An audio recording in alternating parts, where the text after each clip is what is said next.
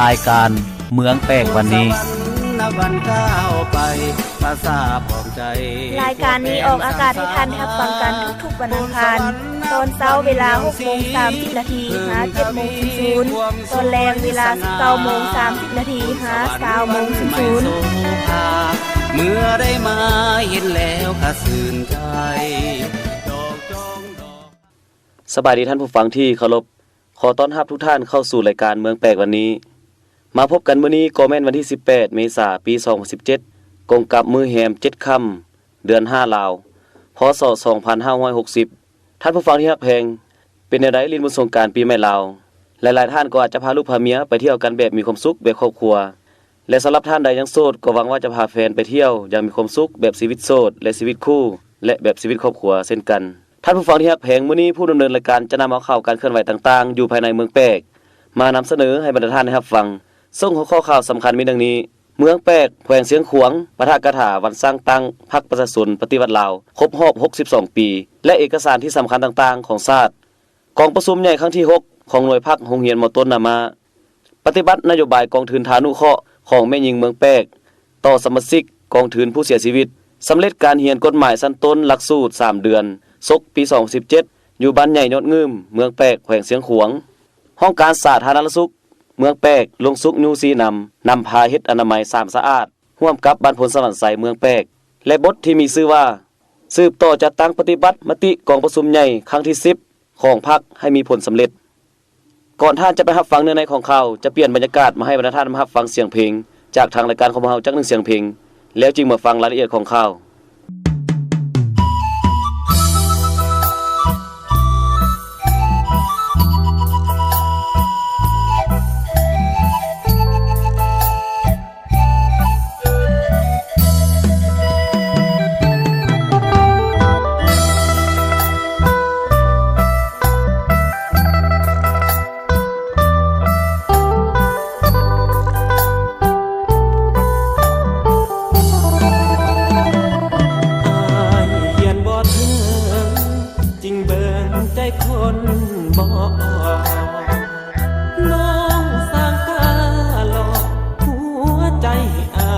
เจ็บซ้ำ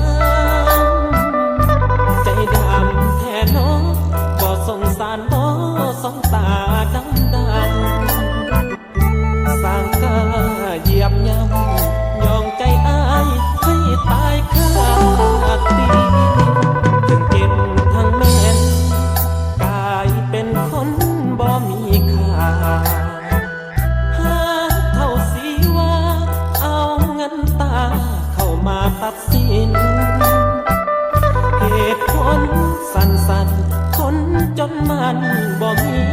จะกินใส่ว่าอยู่เพียนจากคนอยู่ที่หัวใจใส่คำว่าจนเป็นเหตุผลที่อายบ่ละเพียอายออกจากสายตาคำสัญญาบ่มีความหมายคนจนหนักแท้เจ้าบ่แค่หากินบ่ได้พบคนที่สมดังใจเจ้าปล่อยอายให้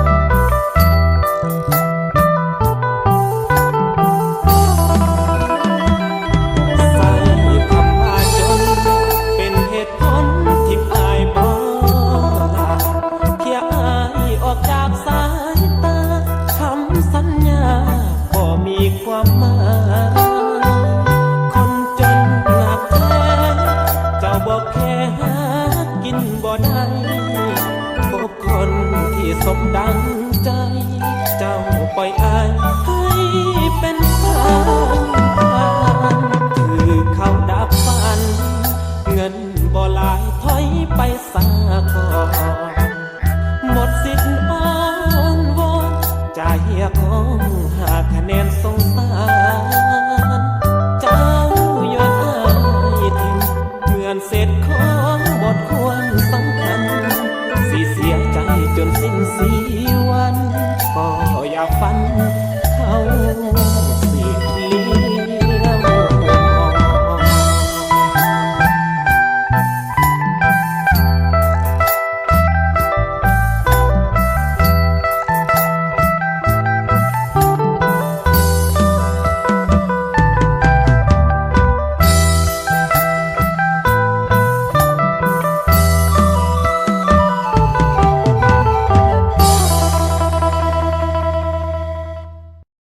จากท่านผู้ฟังนั้นเป็นเสียงเพลงม่วนๆจากทางรายการของพวกเราที่เปิดในต้นรายการ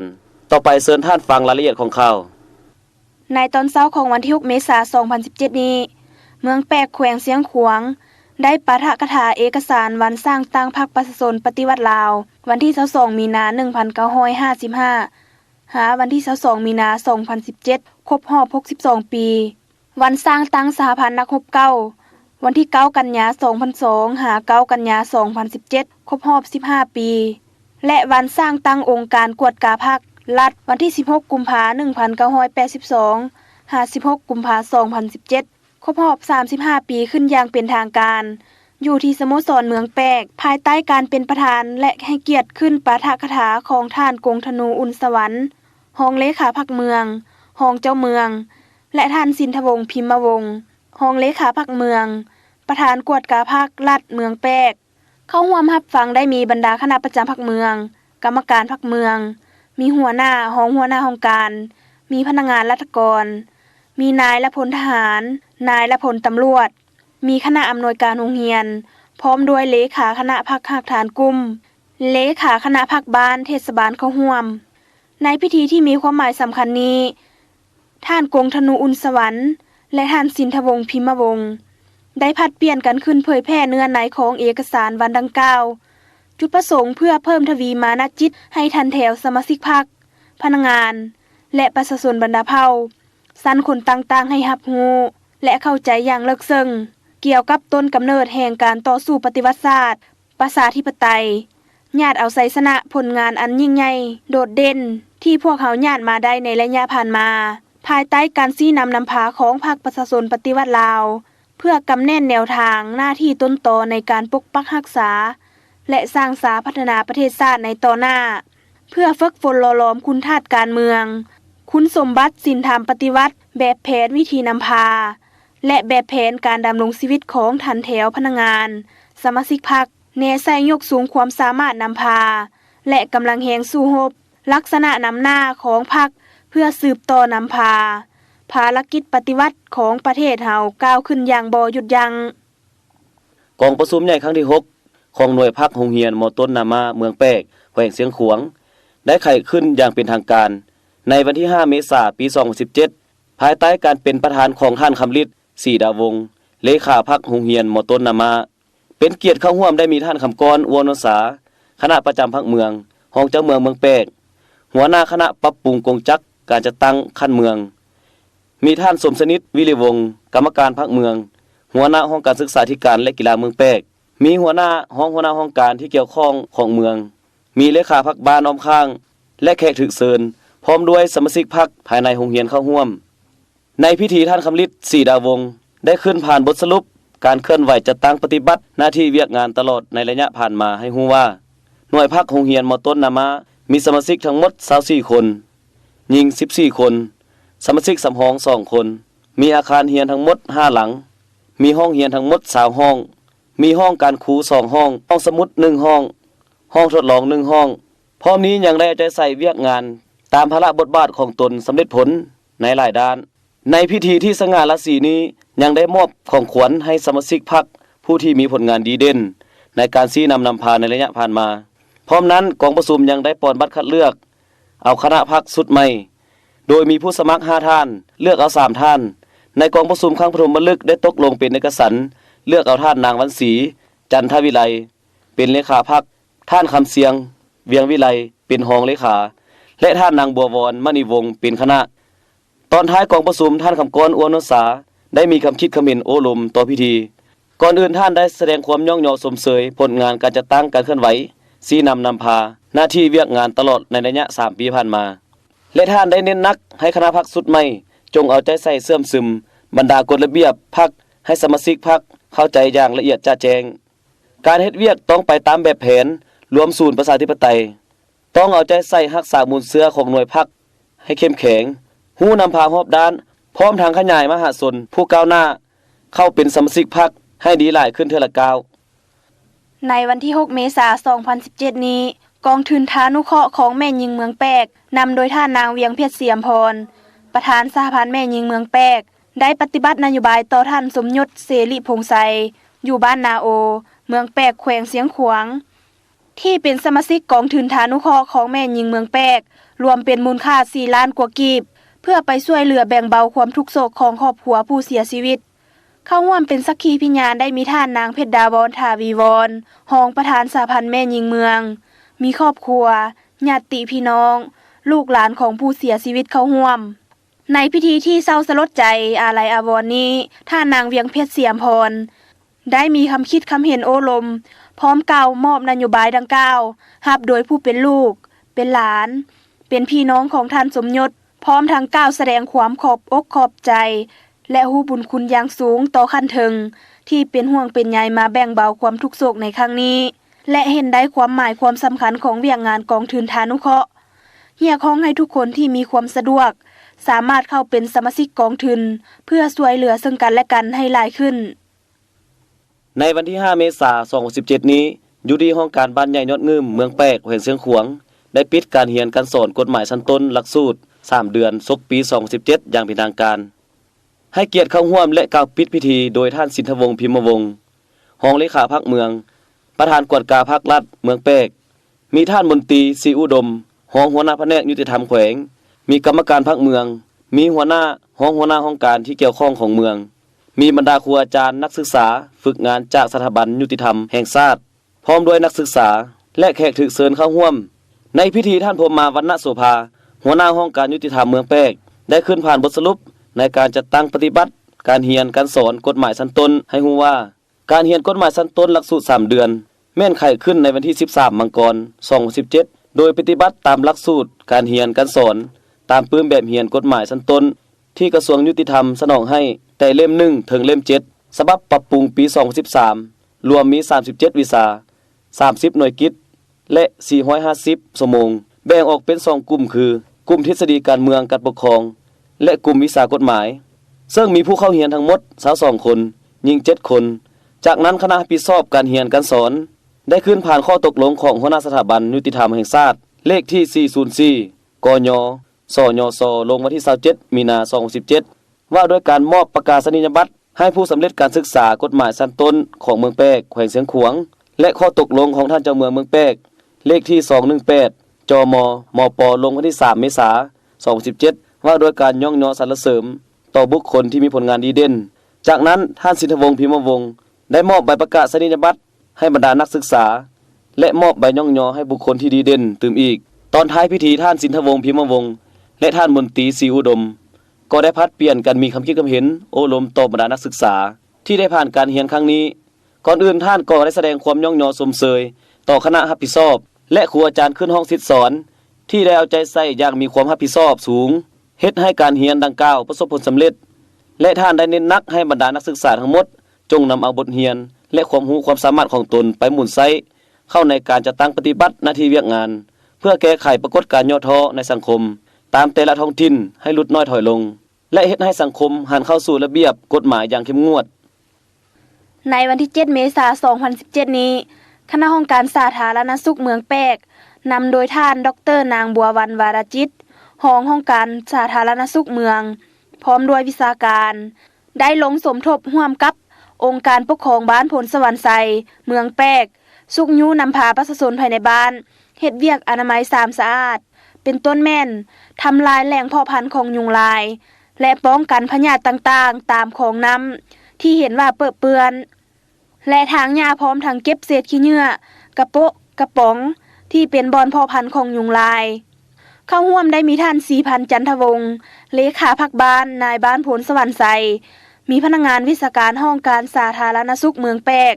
และประชาชนภายในบ้านเข้าร่วมการออกแห่งงานอนามัยในครั้งนี้แม่นปฏิบัติตาม5ปอของกระทรวงสาธารณสุขวางออกปิดภาชนะที่เก็บน้ำบ่ให้ยุงไปไข่ใส่เปลี่ยนภาชนะทุกๆอาทิตย์ปล่อยปลาหางนกยุงปรับปรุงบ่ให้มีกระโปะกระป๋องอยู่อ้อมเฮือนและปฏิบัติเป็นประจำดังท่านดร.นางบัววรรณวรจิตให้สัมภาษณ์ต่อนักข่าวของพวกเฮาว่าสร้างขบวนการทำลายแหล่งเพาะพันธุ์ของยุงอยู่บ้านโพนสวรรค์ไซเพื่อบ่ให้เกิดพยาธิเกิดขึ้นเนาะในฤดูกาลเส้นพยาธิทอกท้องพยาธิอาหิวาพยาธิไข้ยุงลายการป้องกันไข้เลือดออกแม่นหน้าที่ของมดทุกคนเพื่อป้องกันและต้านพยาธิไข้เลือดออกให้ลดน้อยถอยลงระยะผ่านมาเนาะพวกเราก็มีแผนวางแผนให้หัวหน้าคุมหัวหน้าหน่วยแต่หน่วยเพื่อป้องกันรักษาในการพยาธิระบาดเนาะไข้อหิวาบ่ไข้ยุงลายบ่มาเกิดอยู่ในบ้านเฮาแล้วก็ด้วยความเป็นห่วงเป็นใยของขั้นถึงก็มีหลายเทื่อมีหลายครั้งที่เพิ่นได้ลงมาชี้นำและนำพาขบวนการประชาชนเฮาและเพื่อแนะนำสืบต่อทางบ้านพวกเฮาก็ได้แนะนำให้แต่ละครอบครัวเนาะเพื่อรักษาความสะอาดอยู่สะอาดกินสะอาดนอนสะอาดตามสะอาดพร้อมทั้งสุกยูให้ประชาชนบรรดาเผ่าในการกินอยู่ของแต่ละครอบครัวอนามัยให้สะอาดนุ่งสะอาดและอยู่สะอาดก็ดีอกดีใจเนาะที่ว่ามีขั้นถึงมาซีนำพาเพื่อว่าออกแห่งงานรวมเพื่อทางป่าแล้วก็ห้วยห้องคลองบึงนี่เนาะเพื่อจะบ่ให้ยุงลายเข้ามาในบ้านเฮาเนาะแปลว่าบ่ให้มีหนอนนำบ่ให้มียุงอยู่บ้านเฮาหั่นน่ะเนาะเคยพบเห็นที่ว่ายุงลายนะก็ปี2013มานี่เนาะก็ได้มาขั้นถึงได้เอามุ้งมายายให้แต่ละครอบครัวเพื่อป้องกันไข้ยุงลายเพื่อเป็นการป้องกันและสกัดกั้นพยาธิต่างๆที่จะเกิดขึ้นในต่อหน้าให้นับมือน้อยลงท่านผู้ฟังที่เคารพที่ผ่านมานั้นก็แม่นข่าวการเคลื่อนไหวต่างๆอยู่ภายในเมืองแปกในอาทิตย์ที่ผ่านมาก่อนท่านจะมารับฟังบทจะให้ประธานมารับฟังเสียงเพลงจากทางรายการของเฮาจัก1เสียงเพลงสากลเพื่อเปลี่ยนบรรยากาศคลายโควิดความเมื่อยแล้วจึงมารับฟังบท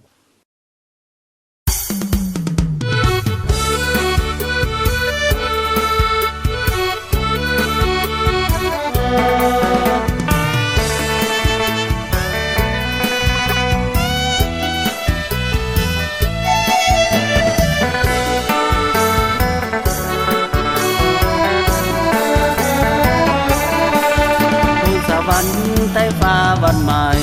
ข้าแสนสุขใจงามเมื่อได้มาเห็นน้ำกัดยังคงหลงไหลทงไห้ยังสวยงามเด่นน้ำงำยังคงใสเย็นเจ้ายังเป็นขวัญใจป่าซาพรสวรรค์นับวันก้าวไปป่าซาปลอบใจขัวแป้งสังสาพรสวรรค์นับวันเฮืองสีเพิ่มทวีความสวยสง่าพรสวรรค์วันใหม่โสภาเมื่อได้มาเห็นแล้วข้าชื่นใจดอกจงดอกพายหอมหวนเสียงขบวนนิ่มนวลมวลลายเสียงเราจะเป็นนาไทยอยากมาอยู่ใกล้เจ้าเดพรสวรรค์พรสวรรค์แดนหักปักใจถึงยามจากไปใจยิ่งคิดไฟฝันคิดอยากอยู่เที่ยวสมน้ำงามหอมคนงามปักดำกุกบานคิดอยากอยู่เป็นคู่จอมขวัญสาวพรสวรรค์น้องจีวาแนวเลย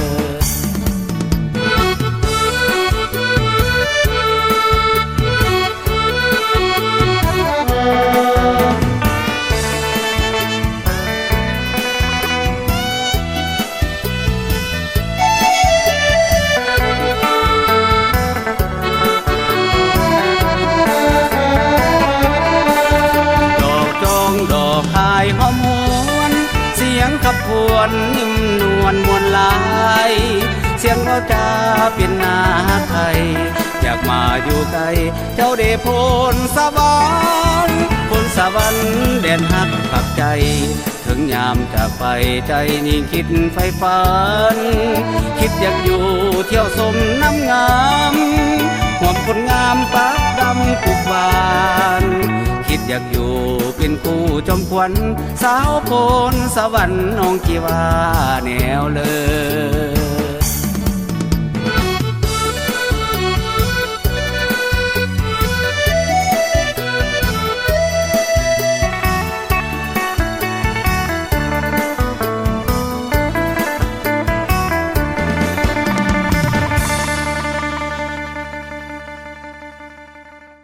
จะผ่านมานี้ก็แม่นเสียงเพลงม่วนๆจากทางรายการเพื่อเปลี่ยนบรรยากาศให้พี่น้องคลายความวิตขมเมื่อย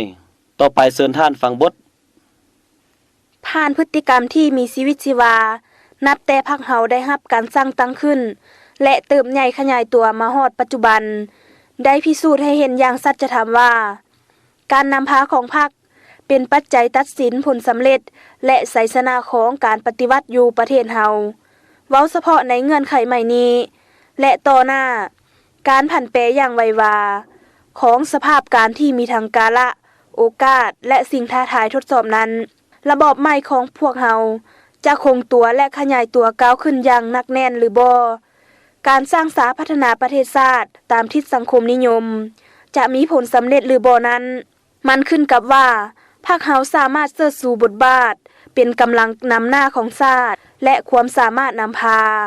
ได้เทียมทันกับความเรียกร้องต้องการของสภาพการรวมก็คือของการพัฒนาหรือบ่อันนี้สิบอกว่าเวียกงานสร้างพรรคแม่นภารกิจอันยิ่งใหญ่มีความหมายเป็นตายต่อภารกิจปกปักรักษาและสร้างสาพัฒนาประเทศชาติของพวกเฮาเพราะฉะนั้นยืนอยู่ต่อหน้าในสภาพการปัจจุบันทั่วภาคทั่วกำลังประกอบอาวุธและทั่วปวงชนลาวทั้งชาติยิ่งจะต้องได้กำแน่นต่อกลไกการปกครองของระบบใหม่ของพวกเฮาแม่นนำพารัฐคุ้มครองและประชาชนเป็นเจ้าหมายว่าพรรคนำพาด้วยกฎหมายรัฐคุ้มครองสังคมด้วยกฎหมายและประชาชนเป็นเจ้าเสมอภาพต่อหน้ากฎหมายพร้อมนั้นก็ต้องกำแน่นระบอบแบบแผนวิธีเฮ็ดเวียกการบริหารประเทศชาติของรัฐเฮาแม่นปฏิบัติตามการรวมศูนย์ประชาธิปไตยเฮ็ดเวียกเป็นหมู่คณะบุคคลรับผิดชอบในนั้นพนักงานสมาชิกพรรคต้องยึดมั่นในธาตุแท้ที่เป็นตัวแทนผลประโยชน์ของชาติของสาผู้ออกแห่งงานด้วยการออกแห่งงานสร้างและปรับปรุงตนเองให้เทียมทันกับยุคสมัยมีความสามัคคีเป็นเอกภาพอย่างหนักแน่นทางด้านมานะจิตและการกระทำมีการคุ้มครองที่รัดกุมมีความเป็นแบบอย่างที่ดีมีระเบียบวินัยอันเข้มงวดมีแบบแผนวิธีนำพาที่วิทยาศาสตร์ประดิษฐ์สร้างและแท้ตัวจริงเพื่อให้บรรลุขั้นหมายที่พรรคเฮาได้กำหนดไว้นั้นก่อนอื่นหมดคณะพรรคทุกขั้นต้องได้เพิ่มทวีการสร้างพรรคทางด้านการเมืองแนวคิดให้หนักแน่น 2. สืบต่อปรับปรุงพรรคให้เข้มแข็งทางด้านการจัดตั้ง 3. ปรับปรุงแบบแผนนำพายกสูงความสามารถกำอำนาจของพรรคในทุกด้าน 4. ปรับปรุงเวียกงานกวดกาให้เข้มแข็งแนใส่สร้างพรรคให้ปลอดใสนักแน่นเข้มแข็ง 5. ปรับปรุงเวียกงานคุ้มครองและป้องกันพรรคให้เป็นระบบและ 6. สืบต่อบำรุงสร้างทันแถวพนักงานให้มีคุณภาพทั้งหมดนั้นแม่นแนใส่สร้างพรรคให้มีความปลอดใสขาวสะอาดโดยมีความเด็ดขาดเข้มงวดในการสกัดกั้นและกำจัดซ่อราดบังหลวงรวมทั้งปรากฏการณ์ย่อท้ออื่นๆอยู่ในกงจักรของพรรครัฐและในทันแถวพนักงานสมาชิกพรรคยืนอยู่ต่อหน้าที่ประเทศชาติของพวกเฮาพร้อมพัฒนาในสภาพแวดล้อมที่มีการเปลี่ยนแปลงอย่างว่องไวภายใต้กระแสโลกาภิวัตน์และการเชื่อมโยงที่ดำเนินไปในขอบเขตทั่วโลกพรรคเฮายิ่งจะต้องได้เสิร์ชสู่ความสามารถนำพาให้สมคู่กับความเรียกร้องต้องการของหน้าที่การเมืองในระยะใหม่คือสร้างพื้นฐานอันหนักแน่น ให้การนำเอาประเทศเฮาหลุดพ้นออกจากความด้อยพัฒนาในปี 2020 สืบต่อก้าวขึ้นสู่จุดหมายสังคมนิยม ท่านผู้ฟังที่รักแพงที่ผ่านมานั้นก็แม่นบทที่คัดมาจากหนังสือพิมพ์ประชาชนมาวันนี้เวลาทางรายการของพวกเราก็ใกล้จะหมดลงแล้วขอขอบใจที่ท่านให้เกียรติติดตามรับฟังรายการเมืองแปลกวันนี้แต่ต้นตลอดไปท้ายนี้ทางรายการของพวกเราจะให้บรรดาท่านรับฟังเสียงเพลงจากทางรายการของพวกเราอัดท้ายรายการขออวยพรให้ทุกท่านจงมีสุขภาพแข็งแรงสุขใดที่ประเสริฐสุขใดที่ล้ำเลิศจงเกิดแก่ท่านผู้ฟังทุกๆท่าน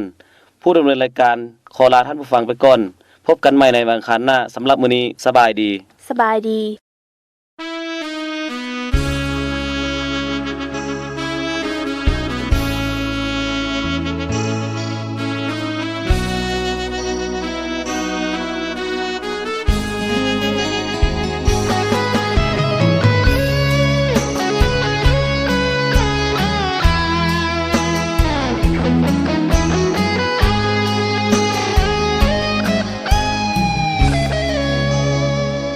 เงินอ้ายบ่พอขี่สองล้อไปก่อนเด้อลาเมื่อใดอ้ายมีเงินตาจะพาน้องขี่รถใหญ่ตอนนี้ยังจนหน้ามนต์ต้องทนซ่อนท้ายบ่นั่งบ่นุ่งปานใดให้ทนไปซาได้เงินคำปัญหาสำคัญคือปัจจุบันไอ้นั้นเงินเธอยานหาเขาเจอซื้อเหมือนเขาถึกน้ำยานน้องใจอ่อนหลอกให้อ้ายเจ็บซ้ำเสื้อใจคนงามอย่าทำให้อ้ายเสียเอาเนื้อเล่นไว้ก่อนอย่าเฝ้าทอดใจอดทุกข์แล้วค่อยสบายดีกว่าทุกข์ในภายนู่นเอาพรแสวงไปแข่งกับคนมีบุญทางฝันอยู่ไกลดีลุ่นขอเพียงคุณกำลังใจเงินอ้ายบ่พอที่สองล้อไปก่อนเด้อลาหลบฝนทนฟ้าสัญญาด้วยลูกผู้สาบ่โดนดอกลาจะพาน้องขี่รถใหญ่ขอเพียงสองเท่านี้ใจบ่ไกลดอกเด้อความฝัน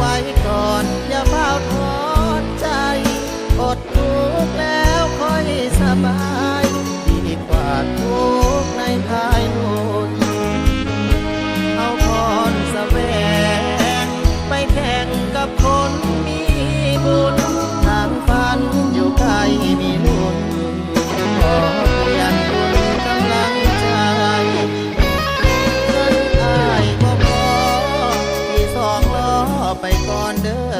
ลาหลบฝนทนฟ้าสัญญาด้วยลูกผู้สาบ่โดนดอกลาจะพาน้องขี่รถใหญ่ขอเพียงสองเท่านี้ใจบ่ไกลดอกเด้อความฝัน